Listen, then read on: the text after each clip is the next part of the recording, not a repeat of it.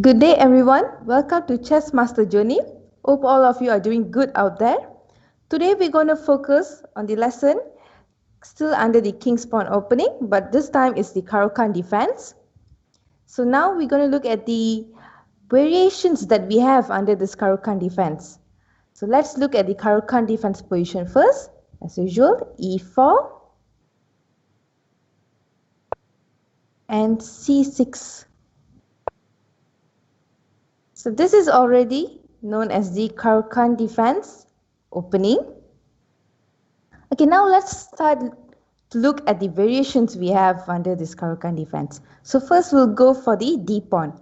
Let's say we use the d pawn to move to d4 square. And for the black we use the d pawn also to d5 square. So in this position we can use different type of the methods. So for instance we use the e pawn and we move it to the e5 square. For this position it is known as the advanced variation. Okay, for this under advanced variation, for the black we can use the bishop to move to the f5 square. So this is one of the example how we can develop the pieces. So let's say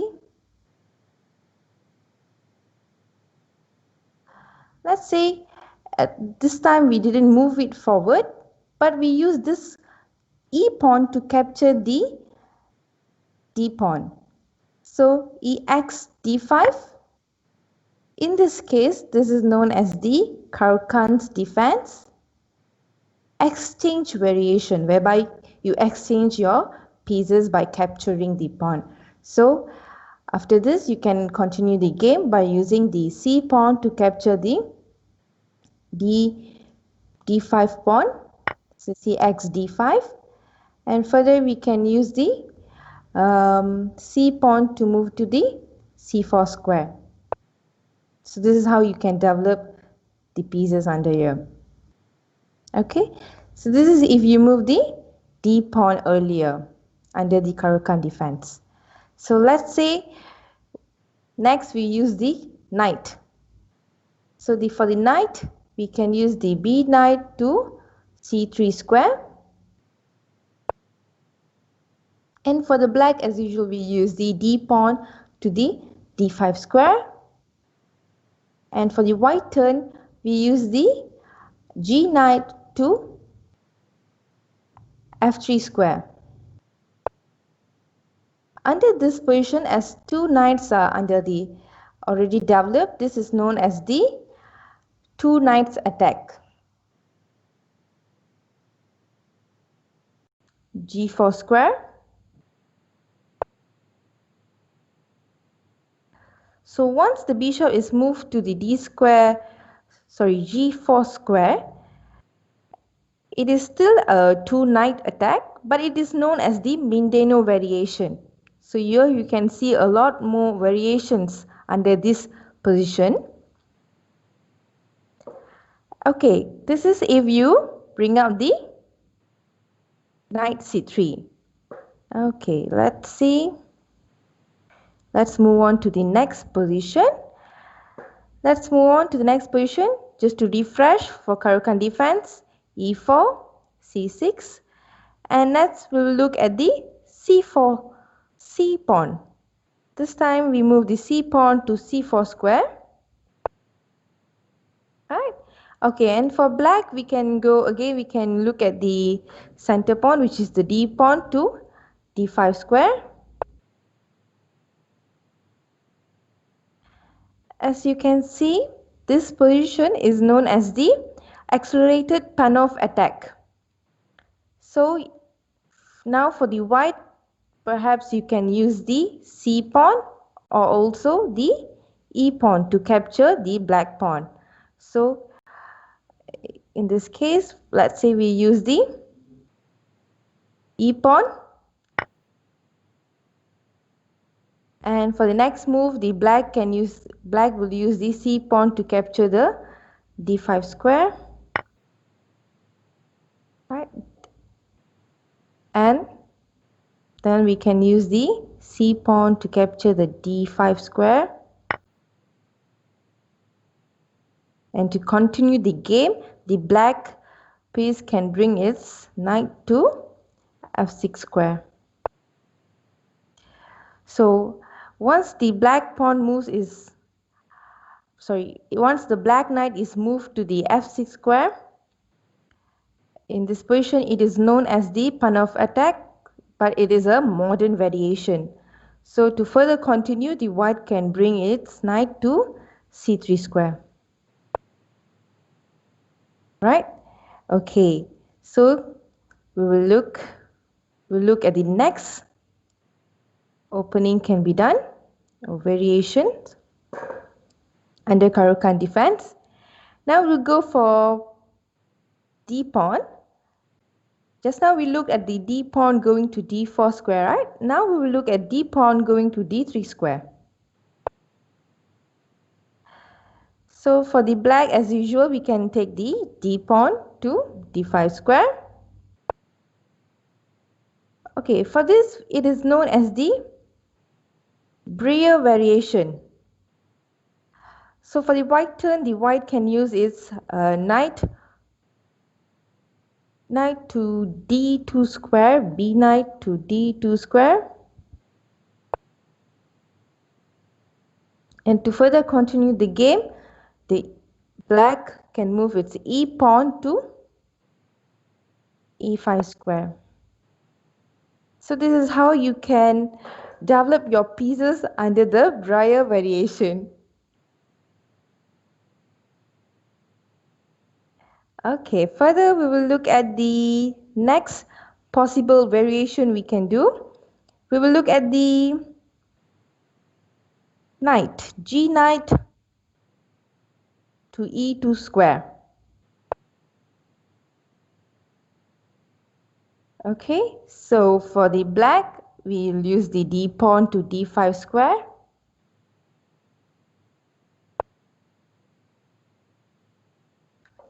And let's just continue the game. We see how far it can go. So in this position, we can use the white pawn to go to e5 square. And for the black, we can use the c pawn to c5 square. To develop the pieces, to develop the game more, we can, for the white, it can use its d pawn to d4 square. And now we can use the black minor pieces, which is either knight or bishop, to move. So in this case, we can use the b knight to c6 square. And then further, we can use the c pawn to c3 square. So for the black, we can use the bishop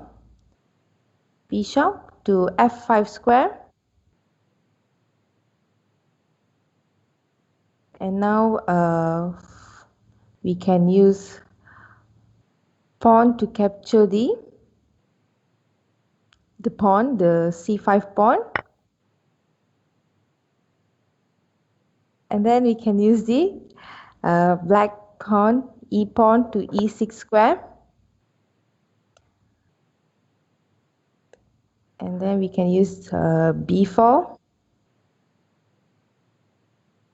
Okay, so in this case, you can see the white center pawn is in loose, whereby the knight can capture the white center pawn.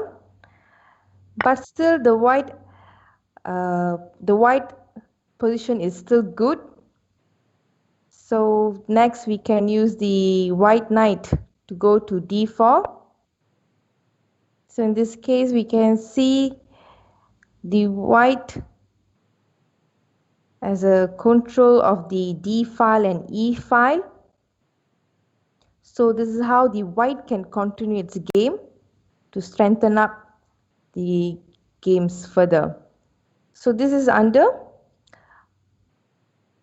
e2, a knight e2 position. Okay.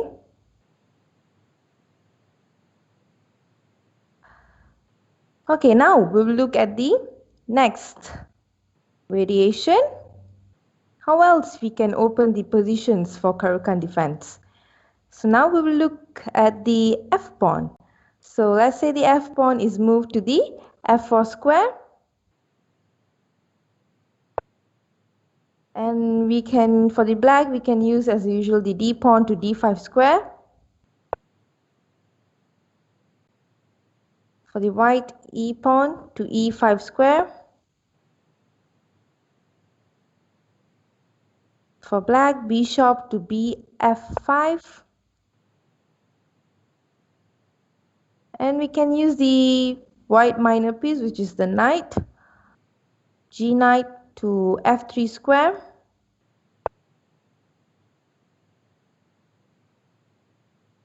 And we can continue the black with the e pawn to e6 square. For white, we can continue with d4 move. And for the black, we can go for the attack. So we can use the c pawn to c5 square. And then bishop to e3 square.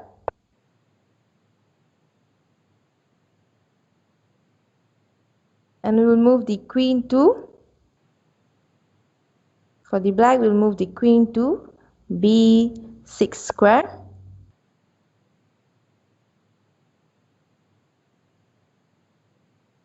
And then we will use the knight to c3 square.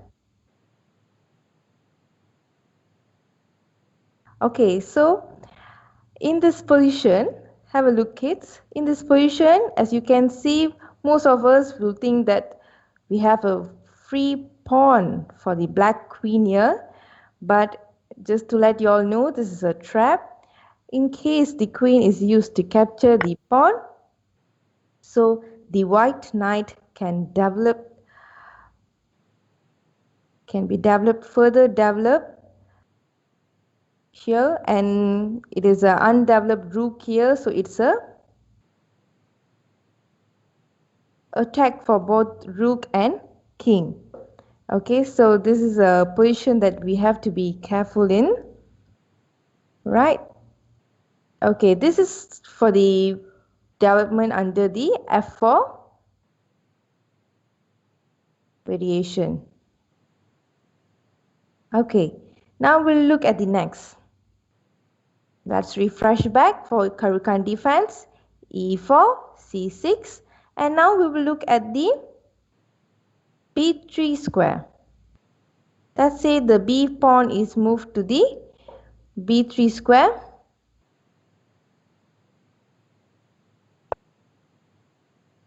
And for the black, we use the d pawn to d5 square. Okay, this one is known as the UV attack. Okay, to develop more under this position, we can, for the white, we can use the bishop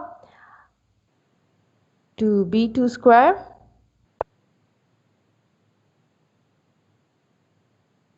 And for the black, further we can go for the pawn capture, the x e4. So this is a way you can develop a game under this UV attack.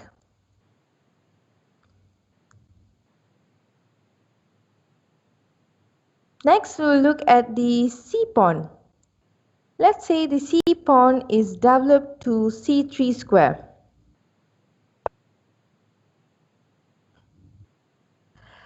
And next, we use the d pawn to d5 square.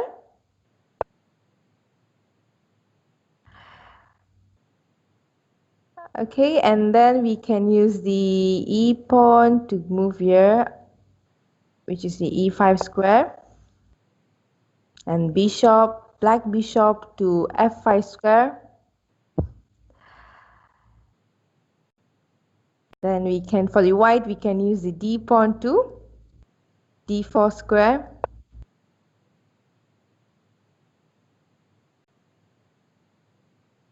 And the e pawn to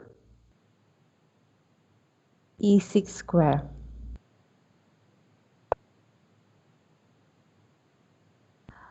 So this is another way, another variation you can create under the Caro-Kann defense using the C3 pawn by moving the C3 pawn just now. Okay, now let's take a look at the E pawn. Let's say the E pawn is further brought up to E5 square. And for black, we can use the D5 pawn. Okay, so for this, as you all can see, it is a en passant capture. So for the white, we use the E, go to D6. So it is already en passant for this variation. And further, you can use for the black, you can use the E pawn to capture the D6 square. Okay, this is for the E5 move. Okay, now let's take a look at the bishop. Let's say the bishop, we use the F bishop to move to C4 square. Okay, so now for the black, we can, as usual, we can use the D pawn to D5 square. And since there's an attack, so probably the bishop can protect itself by going to B3 square. Okay, so for this move, it is known as the hillbilly attack. So if you use, in case under the Caro-Kann defense, we use the bishop to C4 square. It is already known as the hillbilly attack. So you can just further continue the game by black pawn capture the E4 square. And in this case, the white can just move its queen to H5 square. Okay, so once this queen is moved to H5 square, it is already a gambit there, which is a scaffold gambit. So this is how you can develop your pieces under the hillbilly attack.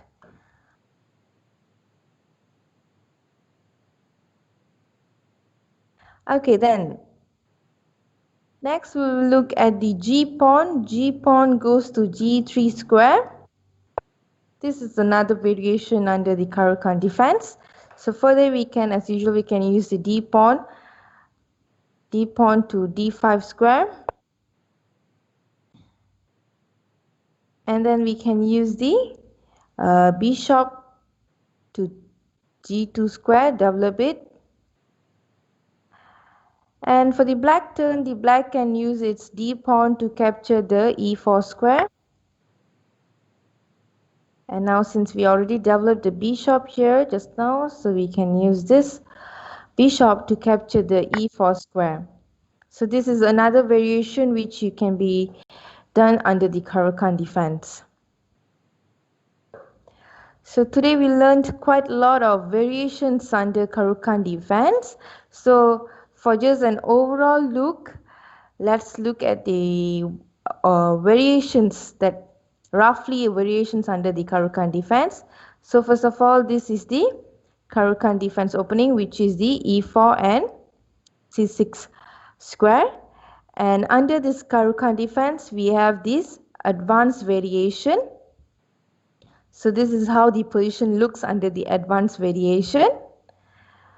And we also have the classical variation under Caro-Kann defense, and whereby we have a knight and then bishop developed in this variation. And the next variation we have is a exchange variation, whereby you exchange by capturing the pawn, as we had looked previously. And next we will have the Panov-Botvinnik attack under the Caro-Kann defense. This is how the position looks like. The knights are developed. And another variation we will look is the stay knights variation. It is also known as the, you can create another different variation under this positions. So that is a roughly overview of the variation of Caro-Kann defense. So that's all for today under the Caro-Kann defense. See you all in the next lesson. So for all of you out there, you can be anything you want to be. There's no limits. So just remember that and move on with your life. Take care and see you all soon for the next lesson. Bye.